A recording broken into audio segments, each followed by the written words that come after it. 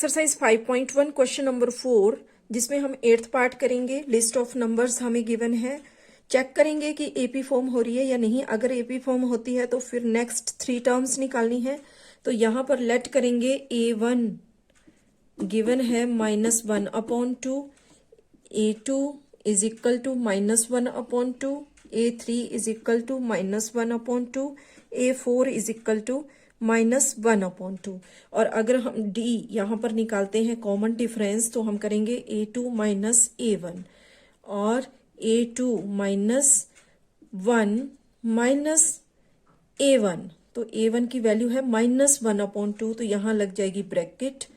और जब हम इसको सॉल्व करेंगे तो -1/2 माइनस इंटू माइनस प्लस 1/2।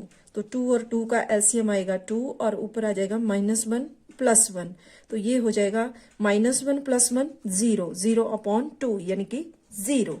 अब इसी तरह अगर हम D = A3 - A2 करते हैं तो A3 के लिए यहाँ पर है -1/2 माइनस A2 के लिए -1/2 ही है। तो इसको जब हम सॉल्व करेंगे तो -1/2 माइनस इंटू माइनस प्लस 1/2। तो ये फिर से यहाँ पर एलसीएम अगर हम लेते हैं तो 2 आ गया, -1 + 1 is equal to 0.2 is equal to 0। तो यहाँ पर A2 - A1 is equal to है A3 - A2 के, यानी कि कॉमन डिफरेंस यहाँ पर है। जब हमने माइनस किया तो हमें डिफरेंस सेम मिला, तो कॉमन डिफरेंस यहाँ पर आ गया 0। तो इसका मतलब ये है कि यहाँ it is an AP, difference same है तो एपी फॉर्म हो रही है। तो अब एपी फॉर्म हो रही है तो नेक्स्ट 3 टर्म्स भी हमें निकालनी है। तो नेक्स्ट 3 टर्म्स, तो उसके लिए यहाँ A4 तक हमें गिवन है तो A5 हम निकाल लेंगे। तो ये हो जाएगा A + 4D।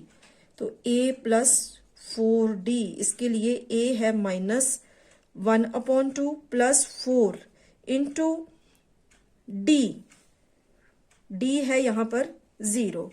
तो -1/2 + 4 इंटू 0। अब 0 से किसी नंबर को मल्टीप्लाई करें तो 0 ही रहता है, तो +0। तो यानी कि ये आ गया हमारे पास -1/2 + 0 -1/2 ही रहेगा। और इसी तरह अगर हम A6, ये निकल गई हमारी एक टर्म।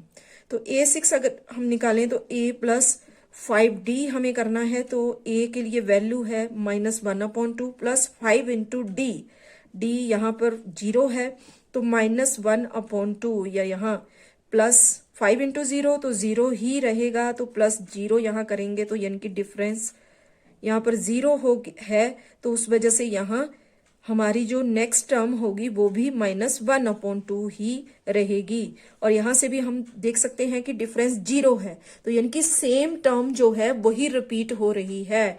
तो यानी कि नेक्स्ट 3 टर्म्स में इसी तरह हम A7 के लिए हमारे पास यहाँ आ जाएगा -1/2, क्योंकि इसमें डिफरेंस जो है वो 0 है, डिफरेंस है ही नहीं। तो इसलिए मतलब सेम ही आने वाली हैं, चाहे जितनी ज्यादा हम आगे लिख लें। तो यहाँ पर डिफरेंस 0 है और नेक्स्ट 3 टर्म्स सेम ही रहेंगी, -1/2 -1/2 एंड -1/2। तो ये हो गया इसका 8th पार्ट। अब देखते हैं इसका 9th पार्ट। तो 9th पार्ट में हमें यहाँ पर गिवन है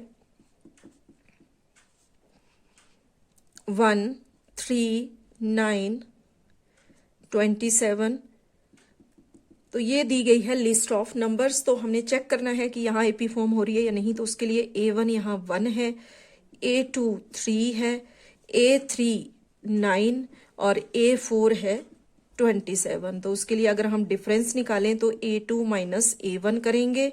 तो A2 है यहाँ 3 - 1 इज इक्वल टू 2।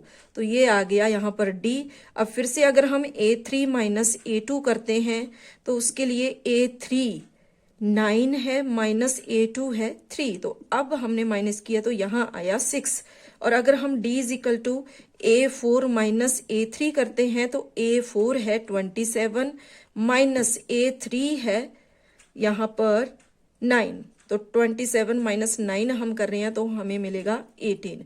तो यहाँ पर जब हमने 3 बार माइनस करके देखा टर्म्स को तो डिफरेंस जो है वो सेम नहीं आया। तो यहाँ here a2 minus a1 is not equal to a3 minus a2, therefore it is not an AP। इसलिए ये जो लिस्ट ऑफ नंबर हमें गिवन है ये एक AP नहीं है। Thank you.